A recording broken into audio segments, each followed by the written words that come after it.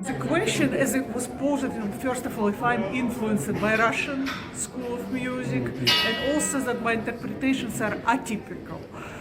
When people ask me different questions, what pianists are your favorites, or contemporary ones, I cannot give any contemporary name. It's not that I don't love Marta Argerich or some other pianists who are playing, but I listen and I learn from pianists of golden age.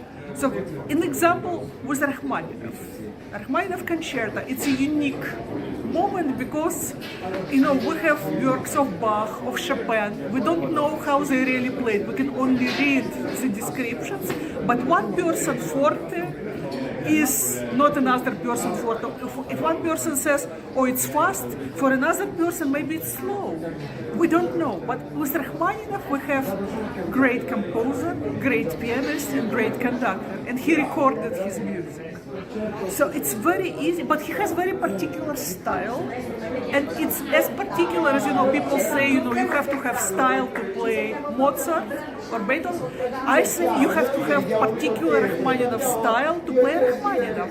And you can listen and learn a lot. His phrasing is different. It's not just speeds. Of course, speeds, people play third concertos, favorite concerto, slower than Rachmaninoff. It's just the opening thing.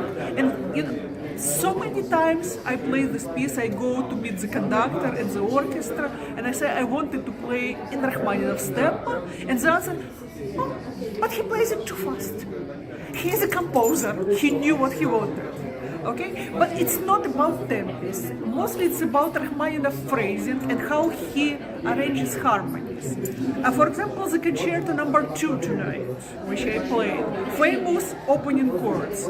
Everybody is trying all their big chords because Rachmaninoff was big, typical stereotypes, big Russian. So you have to play those big chords. Rachmaninoff breaks them when he records.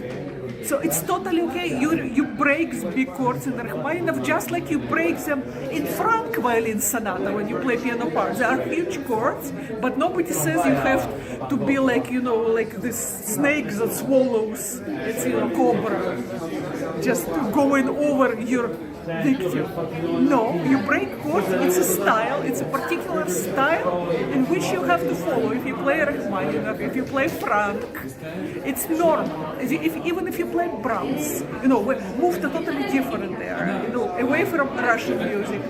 We have the greatest pianist who played Brahms. It's Wilhelm Backhaus. He's famous for Beethoven, but his Brahms, miniatures, late works, intermezzi, fantasy, they're out of this world. He plays them atypically.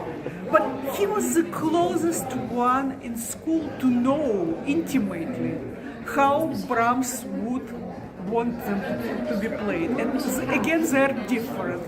We think of Brahms, the person who wears big beard and he's very serious.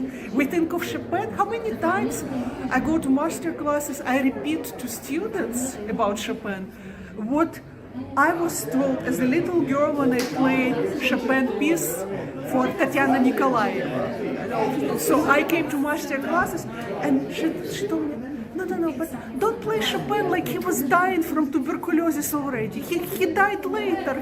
He was alive. So it means you play it strong. You don't think of Chopin, oh, he died. Or you don't think of Beethoven, he was dead. No stereotypes.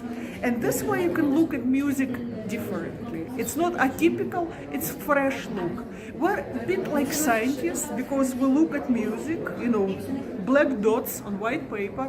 We try to decipher what did composer want to say.